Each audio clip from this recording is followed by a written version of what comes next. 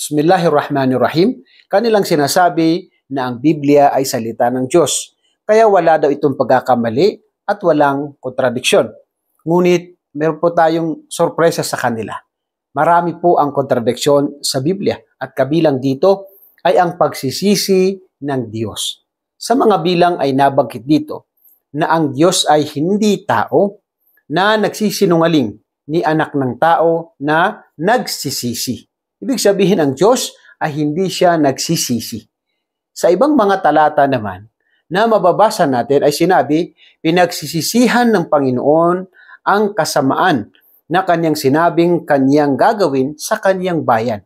Dito sa talata na ito ay sinasabi na kung saan ang Diyos ay nagsisisi. Hindi ba ito malinaw na kontradiksyon?